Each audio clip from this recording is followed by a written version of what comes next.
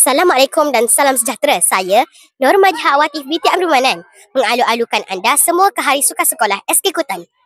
Hari ini menyatukan semangat kesukanan, persaingan sehat dan keceriaan seluruh warga sekolah.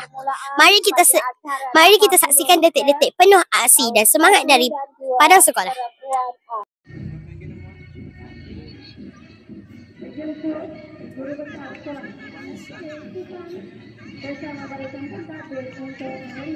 Seterusnya kita sambut kemasukan rumah hijau yang ditampil megah kepada rumah ketiga.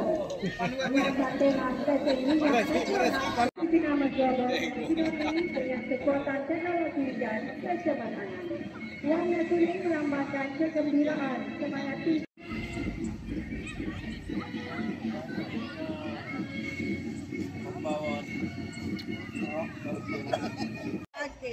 Lagi. Terima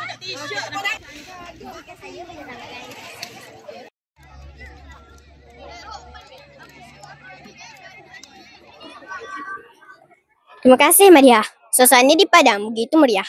Antara acara yang bakal mencuri tumpuan ialah larian 1 meter, 4x100, lompat tinggi dan lontar peluru. Setiap rumah sukan kini bersiap siaga untuk merebut kejuaraan keseluruhan. Inilah detik yang ditunggu-tunggu sepanjang tahun.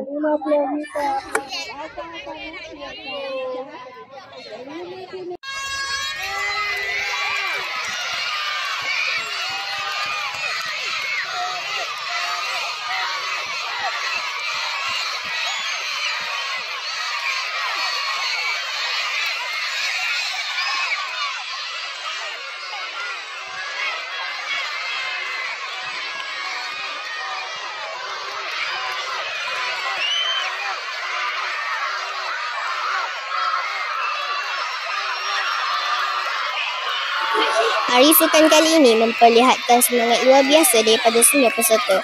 Larian pecut 100 meter memperlihatkan kekuatan dan kelajuan. Manakala larian 4x100 meter menguji kerjasama pasukan. Dalam acara lompat jauh dan lontar peluru, peserta menunjukkan teknik dan kekuatan fizikal yang hebat. Namun bukan semua tentang persaingan. Acara sukan akan memberi ruang untuk semua bergembira. Guru-guru dan pelajar turut memberikan sokongan padu dari tepi padang. Itulah semangat kesukan yang sebenar. Assalamualaikum Ustazah. Waalaikumsalam warahmatullahi. Apa pandangan Ustazah tentang usaha murid tahun ini? Okay. Saya rasa bangga sangat dengan kesungguhan dan kehebatan mereka.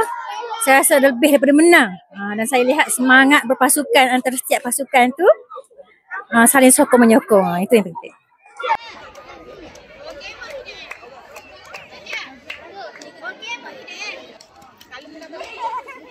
Untuk acara seterusnya adalah acara 50 meter pra-gemilang lelaki A dan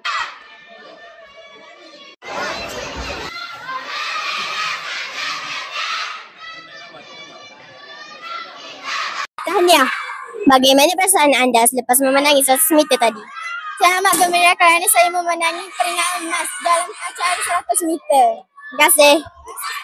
Tahniah. Bagaimana perasaan anda selepas memenangi 100 meter tadi?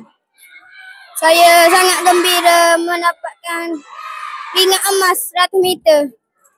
Terima kasih.